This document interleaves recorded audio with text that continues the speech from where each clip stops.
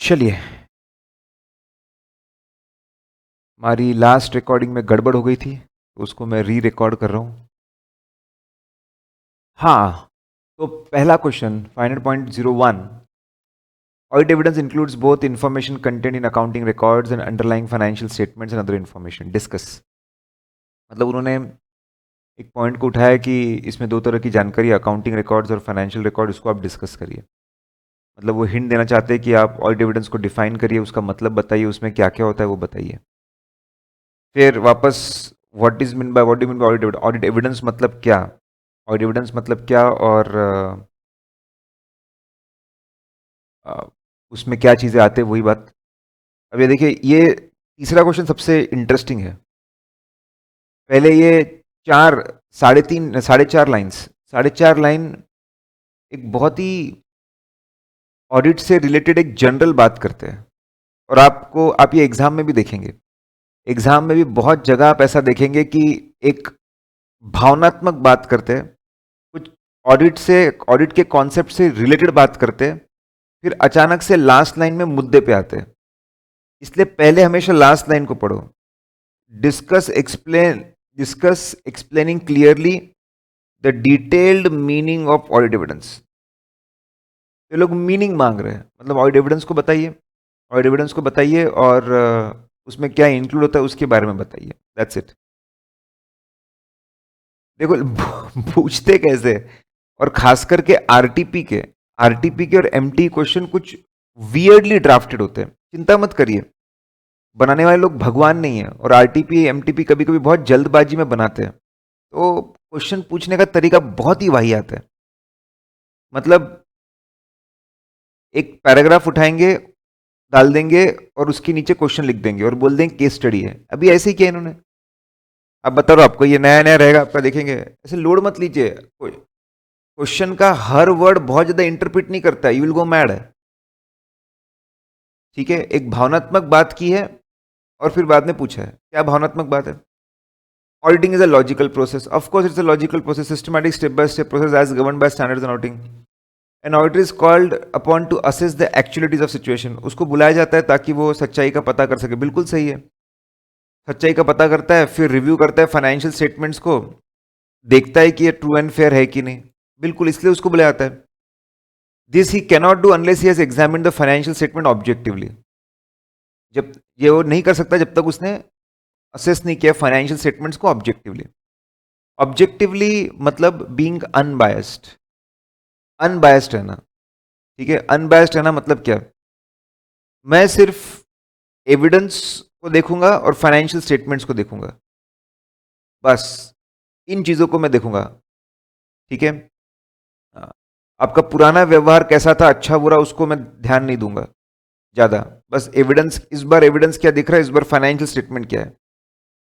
मैं जब भी मेरे इंटरप्रिटेशंस करूंगा एविडेंस लेके, ठीक है, आप सोसाइटी में कितने सीनियर है उसके बारे में नहीं सोचूंगा, आपके और मेरे पर्सनल रिलेशन क्या है कितने, उसके बारे में नहीं सोचूंगा, हम दोनों एक मेरे को कितने साल से चलते उसके बारे में नहीं सोचूंगा, आपकी मार्केट रेपुटेशन के बारे में नहीं सोचूंगा, ठीक है, आपके पास्ट के बारे में नहीं सोचूंगा, आपके मेरे रिलेशन के बारे में नहीं सोचूंगा।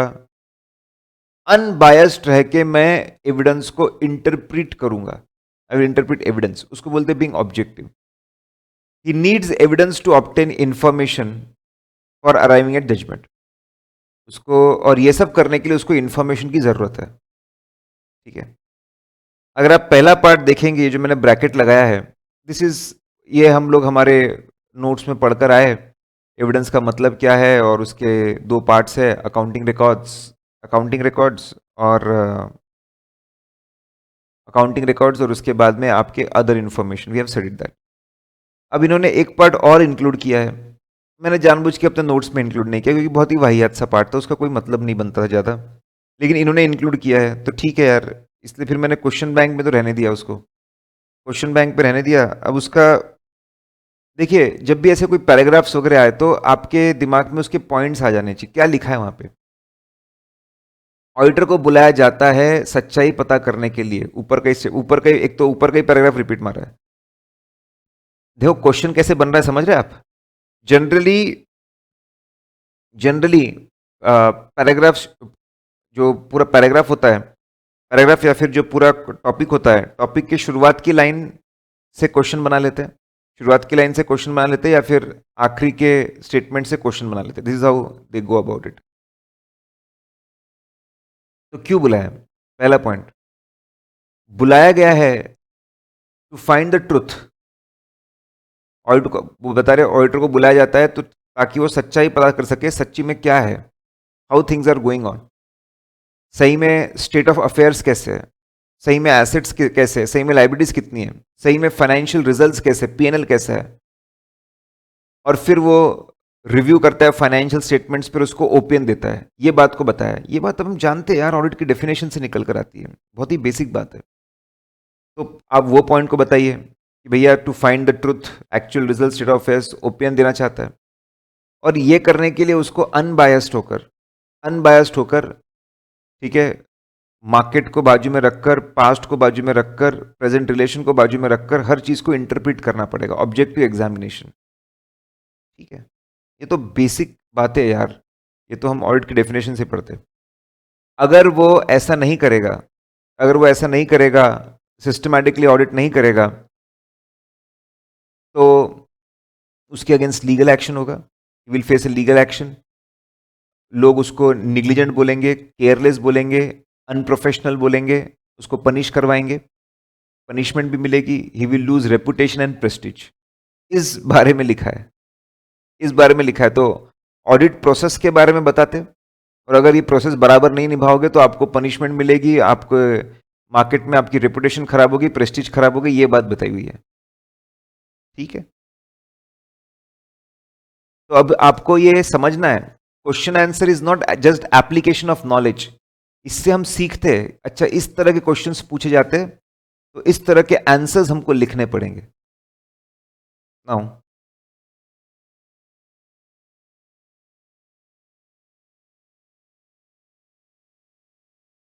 फिफ्थ नंबर क्वेश्चन है methods of collecting audit evidence पे. What are various audit procedures to obtain audit evidence. मैं आपको एक बात बता दूं, ये जो ऑडिट प्रोसीजर वर्ड है, ये बहुत ही जेनरिक वर्ड है, बहुत ही जनरल वर्ड है, बहुत ही जेनरिक, बहुत जनरल वर्ड है. It simply means to perform audit work. It simply means audit activities. Audit में जितनी भी एक्टिविटीज और जितने भी काम हम लोग करते हैं उसको मैं एक जनरल टर्म में दे सकता हूं, ऑडिट प्रोसीजर्स. उसको जबरदस्ती टेक्निकल वर्ड मत समझिए. Don't try to interpret audit procedure मतलब टेस्ट ऑफ कंट्रोल है या substantive procedure. No no no, not at all. Audit procedure में सिंपली ऑडिट एक्टिविटी. तो वो बोल रहे हैं कि ऑडिट प्रोसीजर्स मतलब आप ऑडिट में क्या एक्टिविटी परफॉर्म, ऑडिट एविडेंस कैसे ऑब्टेन करेंगे. फिर mister A was appointed statutory auditor of parliament. He was not able to gather sufficient approval, discuss how he will more audit evidence. ठीक है, ये भी पूछने का तरीका है कि मोर ऑडिट एविडेंस कैसे ऑब्टेन करें. ठीक है, कैसे ऑब्टेन करें audit evidence to draw reasonable conclusion on which he basis the audit opinion. कैसे मैं ऑब्टेन करूं एविडेंस ताकि उसको मैं बेस बनाकर मैं मेरा ओपिनियन ला सकूं. अगेन, व्हाट ऑडिट प्रोसीजर मतलब क्या मैं ऑडिट का क्या काम कर सकूं. फिर इंक्वायरी के ऊपर है. Inquiry is one of the audit procedures. Evaluating responses to inquiries, explain. Inquiry consist of, inquiry, चार क्वेश्चन, इंक्वायरी इंक्वायरी इंक्वायरी. देखिए, अगर आपके मेथड्स के ऊपर क्वेश्चन है तो सारे मेथड्स हम पढ़कर आए, शॉर्टकट भी हम लोग पढ़कर आए, और कौन सी खास बातें वो भी पढ़कर आए. आपको शॉर्ट में एक्सप्लेन करना पड़ेगा. इंस्पेक्शन और इंक्वायरी पे क्वेश्चन है तो उसको फिर एलाबोरेट करना पड़ेगा. ऑब्जर्वेशन शॉर्ट में एक्सप्लेन किया, इंस्पेक्शन शॉर्ट में एक्सप्लेन किया, इंक्वायरी इसका शॉर्टकट देख कर आया. ठीक है, इंक्वायरी शॉर्ट में एक्सप्लेन किया, रिकैलकुलेशन. एनालिटिकल प्रोसीजर्स का अभी हमको मतलब नहीं पता, अभी हम लोगों को सिर्फ उसका एक जनरल मतलब पता है. कंपेयर करना फाइनेंशियल डेटा को, ठीक है, हमारे फाइनेंशियल डेटा को, हमारे रेशियोज को, परसेंटेज को कंपेयर करना, बस कंपेयर करना, दिमाग लगा के कंपेयर करना. एक्सटर्नल कंफर्मेशन के बारे में जल्दी पढ़ेंगे, रिटर्न रिप्रेजेंटेशन के बारे में जल्दी पढ़ेंगे. क्या है कि मतलब समझाने के लिए उसकी पूरी पीछे की कहानी बतानी पड़ती है. हम लोग देखेंगे ना, किस बात की चिंता है. मैं हूं ना भाई, सब करवा देगा मैं, डोंट वरी. अब source of audit evidence, examples.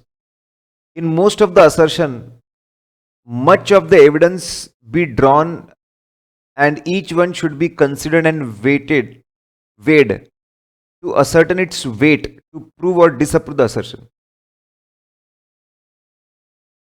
उनका कहना है कि हर असर्शन के लिए कई प्रकार से सबूत इकट्ठा हो सकते हैं. There can be variety of evidences for each assertion. Yes, जैसे बिल्डिंग का एग्जिस्टेंस पता करना है तो हम जाकर देख सकते हैं, ये एक तरीका है. हम किसी को भेज सकते हैं, ये भी एक तरीका है. हम लोग गूगल अर्थ के ऊपर वो देख सकते हैं, स्ट्रीट व्यू पे बिल्डिंग को देख सकते हैं, ये भी एक तरीका है. हम वीडियो कॉल कर सकते हैं, ये भी एक तरीका है. देयर लॉट ऑफ थिंग्स, बहुत सारे अलग अलग तरीके हो सकते हैं एग्जिस्टेंस को पता करने के. हम लोग एक लेटर भेज सकते हैं और एक्नॉलेजमेंट वाला लेटर, मतलब जिसमें लेटर जाता है, साइन करके वापस आता है, एक्नॉलेजमेंट वापस आता है कि सही में वहां पे बिजनेस है क्या. हम वहां के नेबर से कंफर्म कर सकते हैं. So as I said, there are many ways of checking a assertion. तो इनका कहना है कि ऑडिटर को केयरफुली सोचना पड़ता है कौन सा तरीका यूज करना, कौन सा एविडेंस यूज करना, ताकि अच्छा सबूत मिले कम से कम मेहनत में, हम एफिशिएंट और इफेक्टिव रहे. और an auditor picks up evidence from variety of field से वो एविडेंस को इकट्ठा कर सकता है. Analyse and explain this with example. बोले आप बताइए ना, आप बताइए वेराइटी ऑफ फील्ड्स. ठीक है, अब इसमें ये जो की वर्ड है वेराइटी ऑफ फील्ड्स, वापस इन्होंने एक पैराग्राफ को उठाया और एक्सप्लेन विथ एग्जाम्पल डाल दिया. ठीक है, पहले ही मैंने बोला ना कि कॉन्सेप्ट में से पहले पैराग्राफ या आखिरी पैराग्राफ में से चीजें उठाते और एक्सप्लेन वर्ड लिख देते, डिस्कस वर्ड लिख देते. वही बात को पहले पैराग्राफ में लिखा है उन्होंने, बिल्कुल ऐसा ही है. एक ही असर्शन के लिए कई प्रकार के ऑडिट प्रोसेस परफॉर्म कर सकते, कई प्रकार के एविडेंसेस आ सकते हैं. ठीक है, ऑडिटर को केयरफुली सोचना पड़ता है कि हर असर्शन के लिए बेस्ट एविडेंस कौन सा है और उसको चुनना पड़ता है. तो पहले पॉइंट में उन्होंने बेसिक प्रिंसिपल समझाया.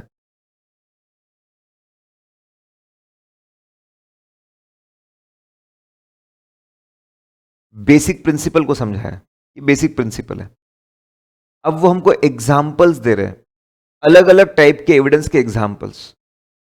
ठीक है, आप इन जनरल बहुत सारे बोल सकते हो, बस आप बैलेंस शीट आइटम्स को रिकॉल करिए, balance sheet assets liabilities income expense, और आप बोलिए ऐसा.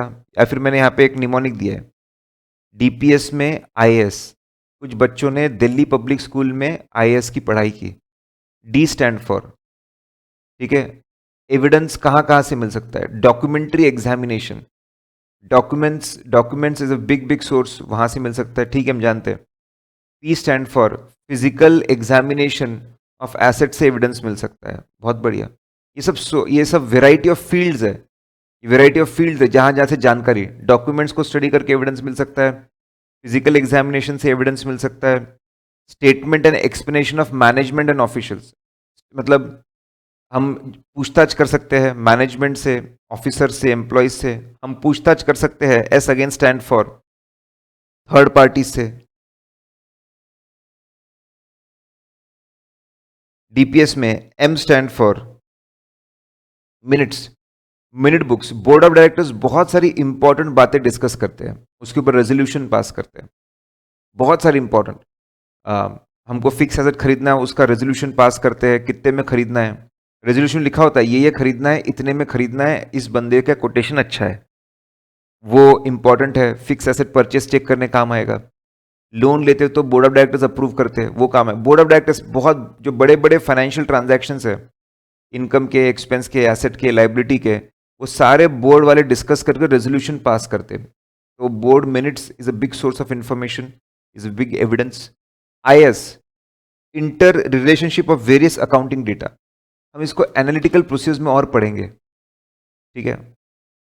हम लोग क्या करते हैं, जैसे हमको पता है कि raw material cost is 30% of sales, हमको पता है 30% ऑफ सेल्स होता है, ओवर पीरियड ऑफ टाइम हमने देखा है। तो इस साल भी हमने वही किया, हमने raw material cost divide by sales किया, देखा पिछले सालों से मैच हो रहा है क्या, देखा इंडस्ट्री में बाकी लोगों से मैच हो रहा है, मैच हो तो हमको हमारे मन में भरोसा जागता है, हाँ सब सही लग रहा है।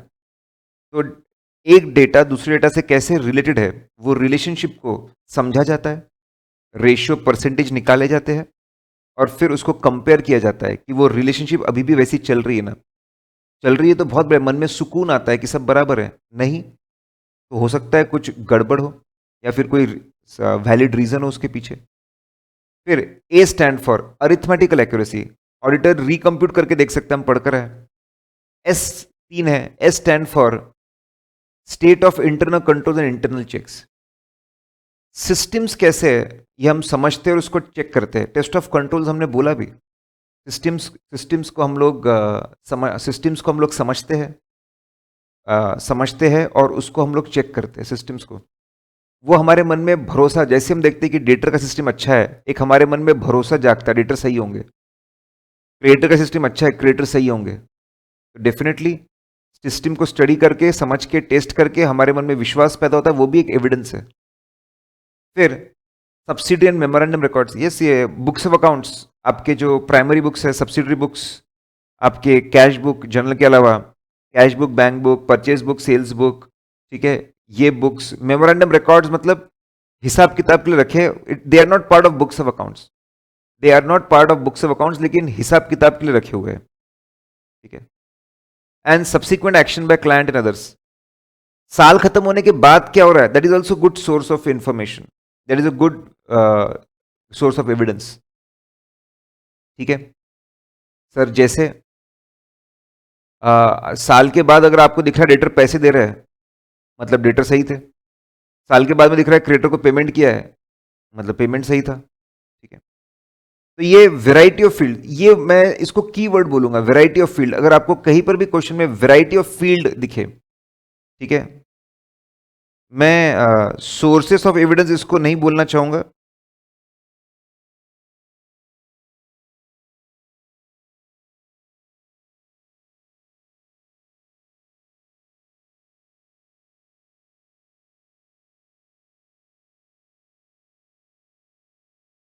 सोर्सेस ऑफ एविडेंस का हमारा ऑलरेडी एक है कि there it can be internal source of evidence, it can be external source of evidence, और वेराइटी से हमको लाना चाहिए चीज़ों को, ऑलरेडी है, ठीक है।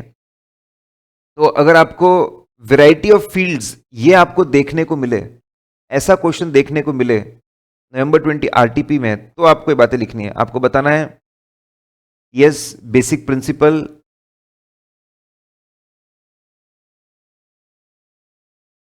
कि एक चीज के लिए कई प्रकार के एविडेंस हो सकते हैं, ऑडिटर को केयरफुली सोचना पड़ता है कौन सा एविडेंस वो चुने। ये वेराइटी ऑफ फील्ड्स, फिर ये बेस्ट एविडेंस के एग्जाम्पल है।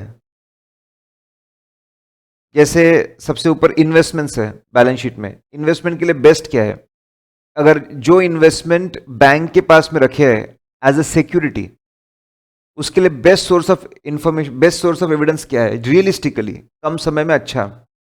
बैंक एक भरोसेमंद एंटिटी है, बैंक खुद सर्टिफाई करती है अपने लेटर हेड पे, हाँ हमारे पास कंपनी के ये इन्वेस्टमेंट्स, ये शेयर्स, ये डिबेंचर्स और ये बॉन्ड्स रखे हुए हैं, इतनी क्वांटिटी है, ये टाइप के इन्वेस्टमेंट्स है, ठीक है, ये हमको कंफर्म कर, that is a best source of evidence. तो अगर कोई इन्वेस्टमेंट बैंक के पास में रखे हुए हैं तो उसके लिए बेस्ट सोर्स ऑफ एविडेंस है बैंक का एक्सटर्नल कंफर्मेशन, बैंक का सर्टिफिकेट। इन्वेस्टमेंट के नीचे आते हैं आपके डेटर्स, डेटर्स के लिए क्या क्या एविडेंसेस हो सकते हैं, बुक डेट्स, डेटर, डेटर के लिए बहुत सारे आपके डेटर है, डेटर का लिस्ट होगा, that is evidence. List ledger से मैच होता है, डेटर का लिस्ट है, that is evidence. List ledger से मैच होता है, दैट इज एविडेंस। लेजर में बड़े बड़े डेबिट क्रेडिट्स है, ठीक है, क्यों है वो डेबिट क्रेडिट्स, कौन सा बड़ा सेल है, कौन सा बड़ा रिसीट है, वो देख सकते हैं, that is a source of evidence. Debit notes, credit notes है, that is a source of evidence. ठीक है, हमारे पास में हर कस्टमर की मंथली हम लोग उसको स्टेटमेंट भेजते हैं, मंथली स्टेटमेंट उसकी कॉपी होती है कि भाई हमने कौन से महीने में क्या स्टेटमेंट भेजा था, that is a source of evidence. ठीक है, क्यों सर वो कैसे काम का है, हम ये देखेंगे कि अकाउंट उसके बाद में चेंज किए, मतलब अकाउंट्स फाइनलाइज होते हैं, मंथली अकाउंट फाइनलाइज होता है, उसका प्रिंट आउट कस्टमर को भेजते हैं, तेरे से इतने पैसे लेना, ये देख डिटेल्स। ठीक है, ये होने के और उसका प्रिंट आउट लेके फाइल में लगाते हैं। अगर किसी कंपनी के बंदे ने पीछे जाके कोई एंट्री चेंज हुई होगी, कोई एंट्री चेंज की होगी, डिलीशन एडिशन किया होगा, तो वो प्रिंट आउट से कंपेयर करके पता चल जाएगा। लोग प्रिंट आउट्स क्यों लेते हैं, बिकॉज प्रिंट आउट्स क्यों लेते हैं, क्योंकि print outs are hard to manipulate, उसको मैनिपुलेट करना मुश्किल है। At a point of time की सिचुएशन फ्रीज हो गई है उसमें। अब अगर पीसी में किसी ने चेंज किया बाद में, तो प्रिंट आउट से देखकर समझ में आ जाता है, that is source of evidence.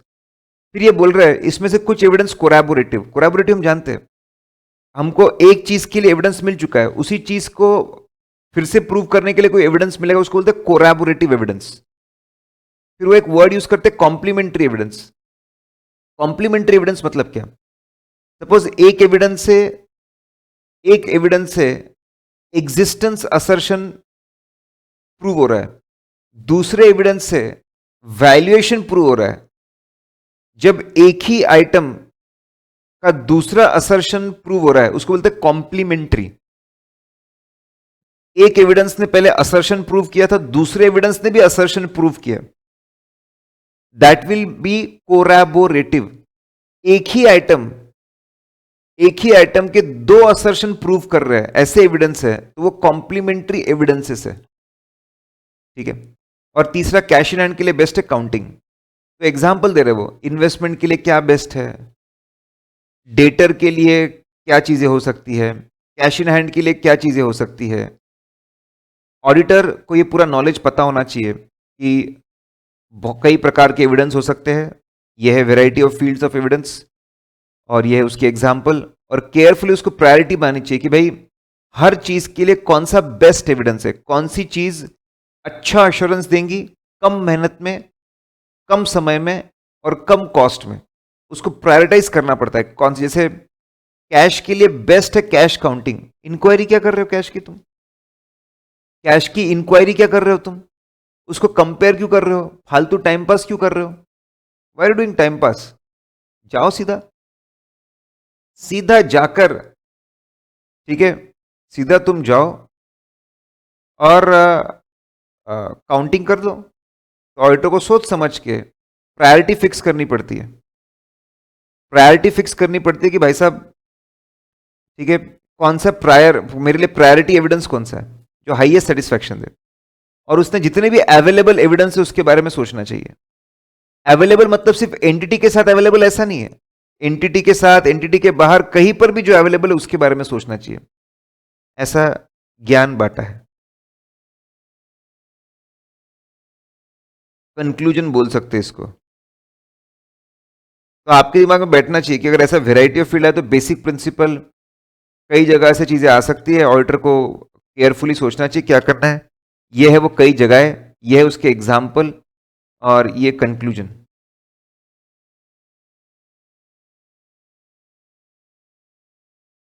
अब 11 नंबर क्वेश्चन है,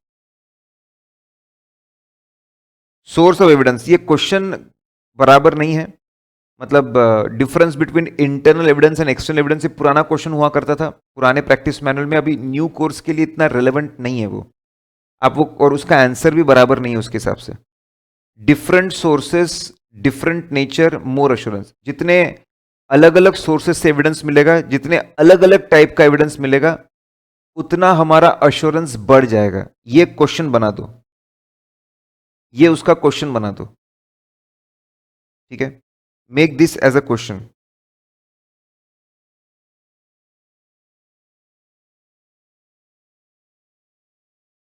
यहां पे हमारे क्वेश्चंस खत्म हो गए, फटाफट हम लोग will quickly see MCQs. MCQs हम लोग देखते हैं। पहला एमसीक्यू है 500.1, पेज नंबर 18।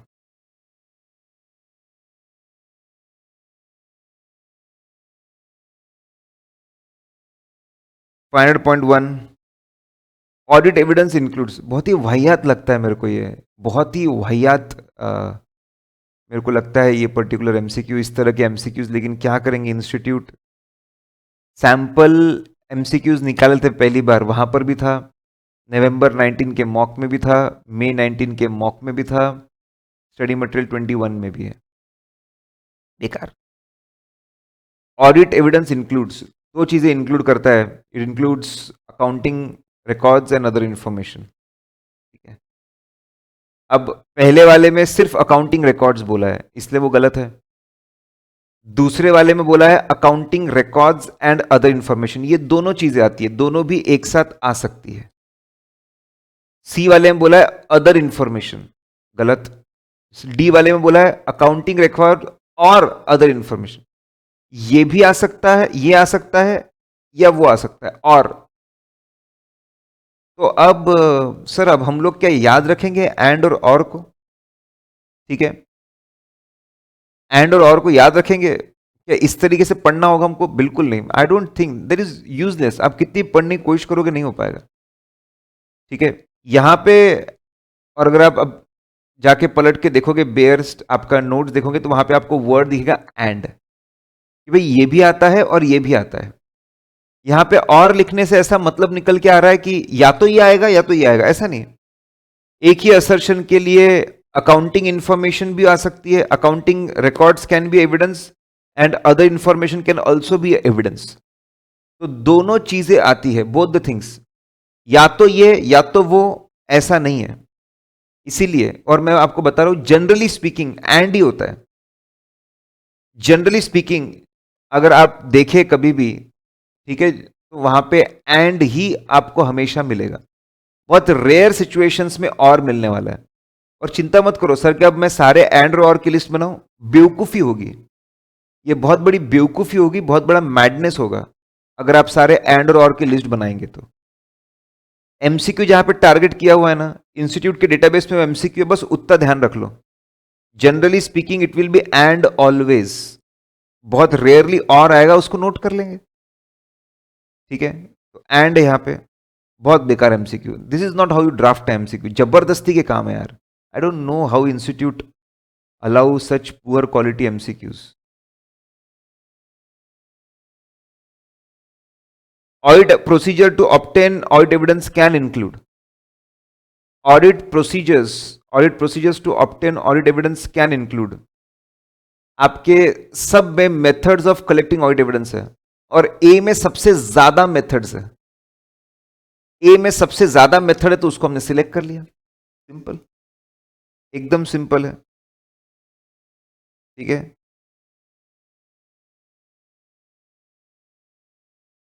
देखिए, हमने हमारे खुद के एमसीक्यूज भी बनाए थे बहुत सारे, और हम पहले वो भी देते थे, लेकिन हमने देखा कि यार वो एमसीक्यूज भी है, इंस्टीट्यूट के एमसीक्यूज भी है, इंटीग्रेटेड केस स्टडीज भी है, इतनी सारी चीज़ें हो गई है, बच्चा क्या क्या पढ़ेगा, टेंशन आता था उसको। तो हम लोगों ने हमारे बनाए हुए एमसीक्यूज हमने बाजू में किए, हमने बोला इंस्टीट्यूट के एमसीक्यूज कर ले बेटा, वही बहुत है, और अल्टीमेटली तुम्हारी फिर कॉन्सेप्चुअल क्लैरिटी काम आने वाली है।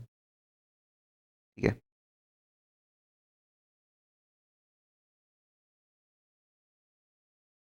Which of the following is not a procedure to obtain audit evidence? Not inspection से एविडेंस मिलता है, यस। ऑब्जर्वेशन मिलता है, यस। एक्शन से, यस।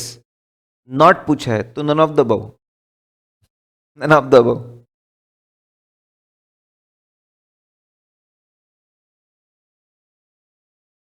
फिर एक